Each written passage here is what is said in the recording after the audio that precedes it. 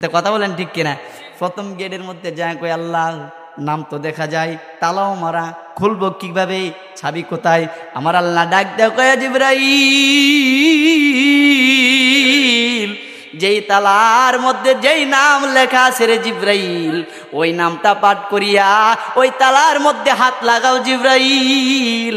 ওই নামের বরকতে, ওই নামের রহমতে আমি আল্লাহর কুদরতে অটোমেটিক তালা খুলে যাবে। সুবহানাল্লাহ।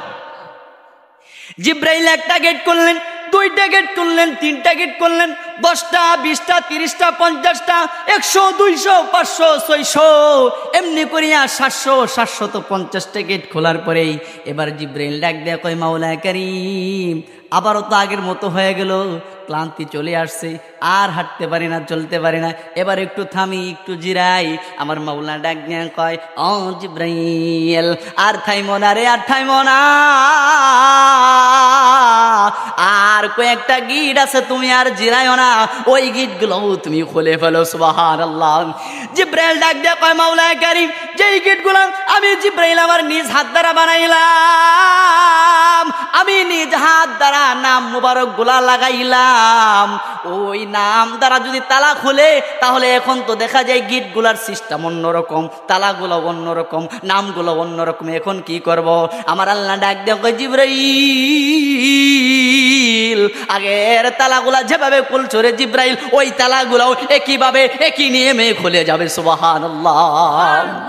জিবরাইল আবারও 170টা গেট খুললেন, খোলার পরে নূরের একটা খাস মহল, ওই খাস মহলের মধ্যেই জিবরাইল আলাইহিস সালাতু ওয়াস সালাম দ্বারা কয় ইয়া রাব্বুল আলামিন, এখন কি করব? বলে ও জিবরাইল এই গেটটাও তুমি খোলো। এই গেটটা খুললেন, খোলার পরে জিবরাইল আলাইহিস সালাতু ওয়াস সালাম বলেন, এ বাবারা শুনেন, গভীর মনোযোগ।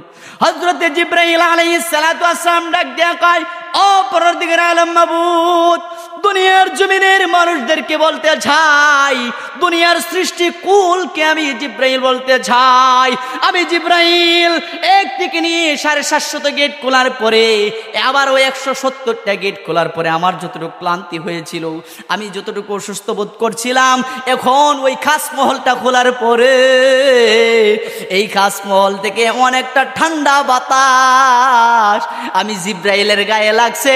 ও রব্বুল আলামিন, এই বাতাস লাগার পরে আমি জিবরাইল আগের মতো আবার সুস্থ স্ট্রং হয়ে গেছি। সুবহানাল্লাহ। আমার রাসূলুল্লাহ যেই খাট মুবারকটার মধ্যে শুয়ে রইলেন, যেই খাস মহলটার মধ্যে থাকলেন, ওই খাস মহলটা থেকে এমন একটা বাতাস আসলো, জিবরাইলের শরীর মুবারকের মধ্যে রাখলো, লাগার পরে জিবরাইল চিৎকার মেরে কয় ও পরদিগার আলম মাবুদ, তুমি যে বলেছিলা যে জিবরাইল জিরানোর কোনো দরকার নাই, এই কথার হাকিকত আমি জিবরাইল এখন পাইছি। সুবহানাল্লাহ।